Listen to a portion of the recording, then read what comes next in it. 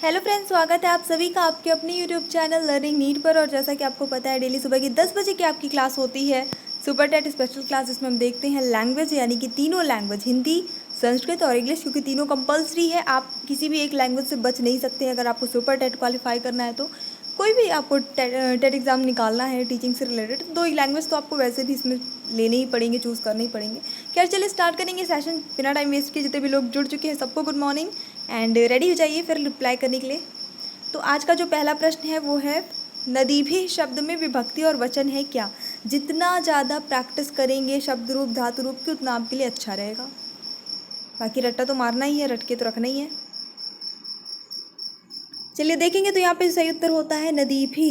वो होता है आपका तृतीया के बहुवचन में होता है, तृतीया विभक्ति के बहुवचन में नदी भी बनता है, नदी का रूप। वारिणे शब्द में विभक्ति और वचन है क्या? पंचमी एक वचन, चतुर्थी द्विवचन, चतुर्थी एक वचन या षष्ठी एक वचन?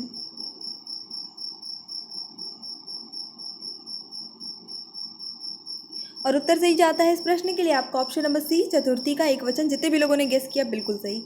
राज्ञः दंडः इस पद में प्रयुक्त तत्पुरुष समास कौन सी विभक्ति का है, ये आपको बताना है। षष्ठी विभक्ति का, पंचमी का, तृतीया का या सप्तमी का? हिंट कर दूं? राजा का दंड, ऐसा मान लीजिए। एक इमेजिनेशन, मतलब इमेजिनेशन से हिंट में मान लीजिए ऐसा, ठीक है, मेरी लैंग्वेज में। ओके, तो यहाँ पे जो करेक्ट आंसर होगा वो हो जाएगा आपका ऑप्शन नंबर ए, षष्ठी विभक्ति आई है यहाँ पे। झ का उच्चारण स्थान क्या है? दंत, मूर्धा, कंठ, तालु। च वर्ग के जितने भी वर्ण होते हैं उनका उच्चारण स्थान जो होता है वही झ का भी होगा, क्योंकि ये च वर्ग में ही आता है। तो बिल्कुल आपका जो इस प्रश्न के लिए आप सही उत्तर होता है वो होता है तालु। प्रत्याहार तालिका में कौन नहीं है, यानी इनमें से कौन है जो प्रत्याहार की लिस्ट में शामिल नहीं है? वश प्रत्याहार, वश प्रत्याहार, नर प्रत्याहार, यर प्रत्याहार। एक बार देखिएगा, मैंने प्रत्याहार कितने होते हैं, कौन कौन से होते हैं, कैसे बनते हैं, और इसके लिए जो है दो मिलता है अलग अलग जगह, तो क्यों मिलता है, ये सारी चीज़ें मैंने एक्सप्लेन की है। एक वीडियो है इस पर, संस्कृत नाम की प्लेलिस्ट में मिलेगा। संस्कृत नाम से बहुत प्लेलिस्ट है, संस्कृत प्रैक्टिस है, सीटेट की संस्कृत अलग है, संस्कृत पेडागॉजी, बहुत सारी अलग अलग प्लेलिस्ट बनी है, लेकिन इसमें संस्कृत लिखा होगा हिंदी से, ठीक है। और फिर ब्रैकेट में लिखा होगा सुपर टेट वगैरह, उस वाली प्लेलिस्ट में आपको थ्योरी वीडियोस मिलेंगे। तो चलिए देख लेते हैं इस क्वेश्चन के लिए जो करेक्ट आंसर होगा वो होता है नर, ऑप्शन नंबर सी जाता है यहाँ पे सही। मातृ शब्द का सप्तमी बहुवचन रूप क्या बनेगा? मातृभ्य, मातृणाम, मातृभि, मातृ। देखते हैं कितने लोगों को याद है मातृ का रूप, क्योंकि मैंने बताया है माता या पिता में से एक का निश्चित पूछा जाता है और दोनों के रूप ऑलमोस्ट सेम चलते हैं। एक भी याद है तो दूसरे का आप गेस कर ही लेंगे।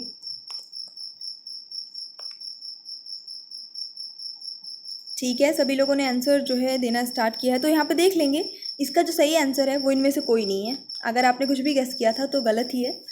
इसका जो सप्तमी में बहुवचन रूप बनता है वो बनता है आपका मातृषु। विवादित प्रश्न, मातृषु बनेगा सप्तमी बहुवचन। अगर आपने कुछ गलत याद किया तो इसका मतलब अभी आपको याद नहीं है ना, प्लीज़ याद करिए।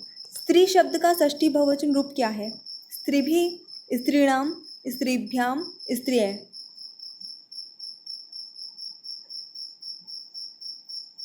तो षष्ठी बहुवचन में बनता है स्त्रीणाम। यहाँ पे भी अगर इसे ये षष्ठी बहुवचन पूछा होता तो मातृनाम सही बनता, ठीक है, लेकिन यहाँ पे सप्तमी बहुवचन पूछा था, तो यहाँ पे इसके लिए correct answer option number B हो जाता है। अस्मद शब्द का प्रथमा विभक्ति बहुवचन रूप क्या बनेगा?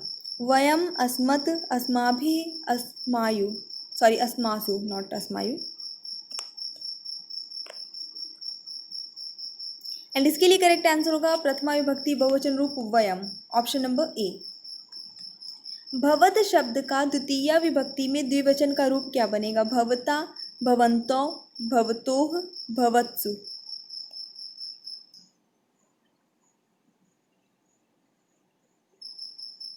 और उत्तर यहाँ पे सही होगा आपका ऑप्शन नंबर बी, भवंतो बनेगा। विकारः, इसमें उपसर्ग क्या लगा है? वि प्रति विक आरह। जाहिर सी बात है कि ये दोनों तो का तो कोई चांस नहीं है अभी उपसर्ग, क्योंकि जो पहले लगता है वो वी से ही लगा है। इन दोनों में से ही कुछ होगा, आप गेस कर लीजिए। ठीक है, तो यहाँ पे सही उत्तर होता है आपका ऑप्शन नंबर ए, वी। ये यहाँ पे उपसर्ग लगा है वी धनकार। जहाँ उपमेय स्वयं ही उपमान हो वहाँ कौन सा अलंकार होता है? हिंदी से प्रश्न है ये आपका। जहाँ उपमेय खुद ही उपमान हो, उपमेय आई मीन। चलिए देख लेते हैं, तो वहाँ पे अनन्वय अलंकार होता है। अगला देखते हैं, बुरे भाव से की गई संधि को क्या कहते हैं? बुरे भाव से की गई संधि, संधि मतलब वो जो हम लोग व्याकरण में संधि करते हैं, संधि समास, वो वाली संधि नहीं। संधि मतलब होता है एक तरह से समझौता, जिसे हम कहते हैं। चलिए देख लेंगे, तो यहाँ पे दुरभिसंधि कहलाती है आप एक शब्द में। वाक्यांश के लिए एक शब्द वाला ये आपका चैप्टर है, उससे एक क्वेश्चन आ जाता है, ठीक है। सुपर टेट में नहीं कह सकती कि आएगा ही कि नहीं, क्योंकि 20 क्वेश्चन आने होते हैं सारे टॉपिक को मिला के। बट यूपी टेट में कंफर्म है और सुपर टेट में भी आ सकता है, इसमें कोई डाउट नहीं है। बखूबी में कौन सा समास है? अव्ययी भाव, द्वंद्व, तत्पुरुष, कर्मधारय। बखूबी, तुम्हें तो हम बखूबी जानते हैं, है ना, ऐसा लोग बोलते हैं बेसिकली अपनी डेली लाइफ में। तो यहाँ पे अव्ययी भाव समास हाथ आ जाएगा। यहाँ पे तत्पुरुष का कोई सेंस नहीं बनता, द्वंद्व का कोई सेंस नहीं बनता है, विशेषण विशेष का कोई भाव नहीं, इसलिए यहाँ पे कर्मधारय नहीं, बहुब्रीहि ही नहीं होगा। ये सीधे सीधे फिर आपका जब इस तरह से बचता है तो ये आपका अव्ययी भाव समास में आ जाता है। निम्नलिखित में से केतु का पर्याय नहीं है क्या? जो पर्याय नहीं हो, झंडा, पताका, निशान, ग्रह।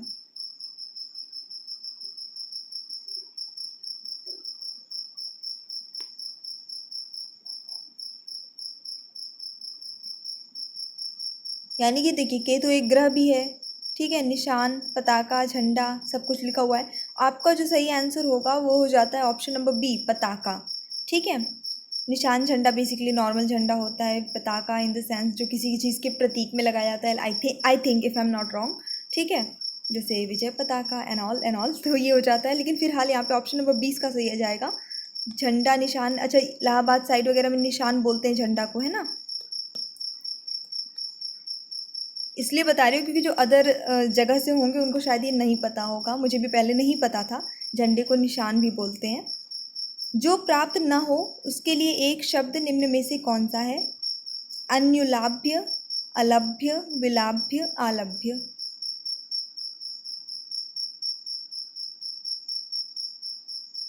तो यहाँ पे जो करेक्ट आंसर है वो हो जाता है आपका ऑप्शन नंबर बी, अलभ्य। जो प्राप्त न हो, अलभ्य।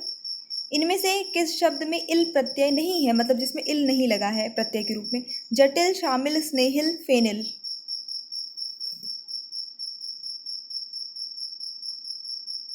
और उत्तर सही होगा यहाँ पे आपका शामिल, अपने आप में पूरा एक शब्द है शामिल।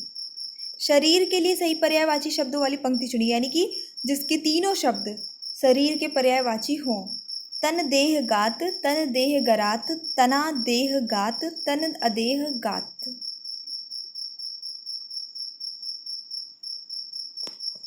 उत्तर सही होता है इस प्रश्न के लिए आपका ऑप्शन नंबर है, तन देह गात। अगला देख लेते हैं, इस वाक्य को सरल वाक्य में बदलिए। ये अच्छा प्रश्न है। तुम बाहर गए और वह रोने लगा। ठीक है, तुम बाहर गए और वह रोने लगा, ये एक वाक्य लिखा है, इसे आपको सरल वाक्य में बदलना है। जो ही तुम बाहर गए वैसे ही वह रोने लगा। जैसे ही तुम बाहर गए वैसे ही वह रोने लगा। तुम्हारे बाहर जाते ही वह रोने लगा। तुम्हारे बाहर जाते ही वह रोने लगा। कितना मतलब इतना सिंपल सा ये डिफरेंस दिए हैं दोनों सेंटेंस में कि आप हो जाए थोड़ा सा ध्यान, अगर न दें, ध्यान से न पढ़ें एक एक मात्रा, तो कुछ लोग सी कुछ लोग डी लगा के आ जाएंगे। चलिए देखेंगे, तो यहाँ पे जो करेक्ट आंसर है वो क्या होता है? ऑप्शन नंबर सी होगा, तुम्हारे बाहर जाते ही वह रोने लगा। अपने आप में क्या सरल वाक्य है पूरा, इसको इस दो पार्ट्स में डिवाइड नहीं किया जाता, ना ही इसमें कोई उपाश्रित वाक्य है। किस शब्द में अव उपसर्ग का प्रयोग हुआ है? अवश्य, अवचन, अवाप्ति, अवध्य। जिसमें अव उपसर्ग लगा हो। सही उत्तर होता है यहाँ पे अवाप्ति, correct answer option number C. चलिए फिर आ जाते हैं हम हमारे इंग्लिश वाले पोर्शन में, फ्रुगल। सबसे पहले के स्टार्टिंग के 5 क्वेश्चन में आपको सिनोनिम बताना है, समानार्थी शब्द बताना है। फ्रुगल, फ्रुगल मैंने बताया भी, आई थिंक फ्रुगल का जिक्र हुआ था जहाँ तक मुझे याद है।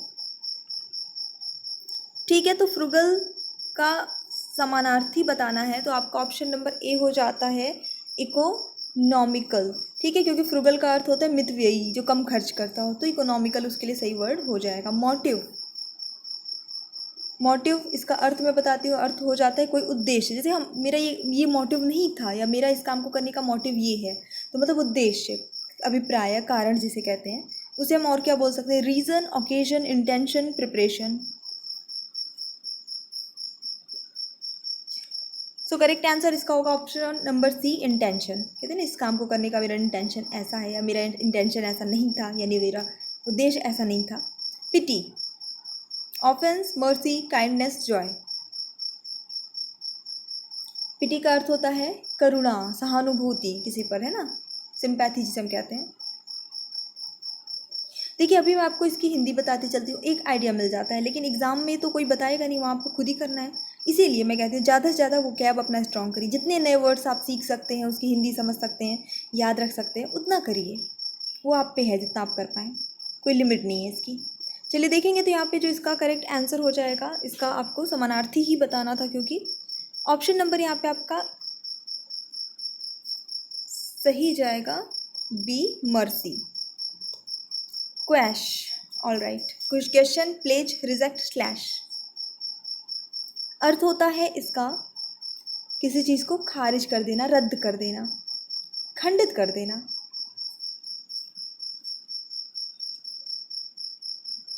तो बिल्कुल इसके लिए जो आपका करेक्ट आंसर जाता है वो होता है ऑप्शन नंबर सी, रिजेक्ट कर देना। जैसे मैंने अभी कहा खारिज कर देना, पहला ही वर्ड बोला था। Irresolute, okay, resolute, okay, undecided, angry, ignorant और फर्म, समानार्थी शब्द।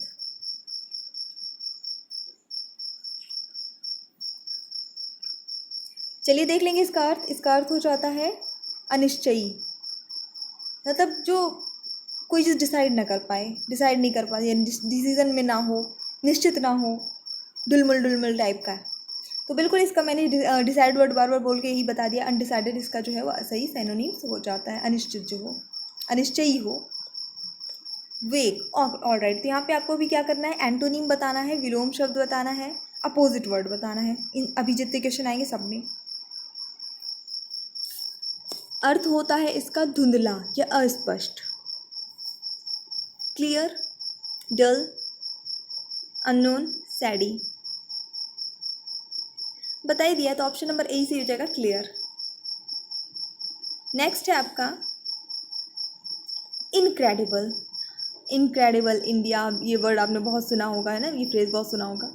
तो यहाँ पे इनक्रेडिबल का अर्थ होता है अतुलनीय या अविश्वसनीय, जिसको हम कहते हैं अविश्वसनीय। उल्टा क्या होगा, विश्वसनीय जो होता है वही होगा। तो बिल्कुल इसका जो सही विलोम शब्द होगा वो होगा बिलीवेबल, यानी कि विश्वसनीय। Quiet, strong, nosy, sorry noisy, not nosy, incomplete, violent. अर्थ होता है मौन, शांत। तो जाहिर सी बात है शांति का उल्टा तो मतलब कि नॉइज़, यानी कि बहुत शोर शराबा ही होगा। तो ऑप्शन नंबर बी यहाँ पे सही हो जाता है, noisy. Humility, dignity, cruelty, anger और प्राइड। ह्यूमिलिटी मतलब क्या होता है, ह्यूमिलिटी मतलब नम्रता, विनय जिसे कहते हैं। तो इसका जो है विलोम शब्द क्या हो जाएगा, क्रुएलिटी, निर्दयता जिसको हम कहते हैं इन हिंदी। इनएविटेबल, इनएविटेबल अर्थ होता है अनिवार्य, अपरिहार्य जिसे हम कहते हैं शुद्ध एकदम,